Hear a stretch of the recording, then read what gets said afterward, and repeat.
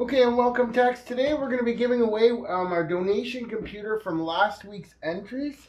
So here we have 7 people that nominated somebody to receive this completely functional Windows 10 desktop. So we're going to pick a name at random.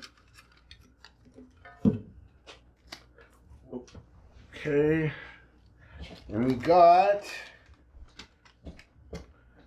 Paulette Smith. So today, Paulette Smith won this Windows 10 desktop computer. We'll contact you on Facebook for you to pick it up, or we can deliver it. So these 6 entries will be going into next week's draw with additional entries that we receive this coming week. So please like, share, and subscribe, guys. We'll see you in the next video, and thanks for watching.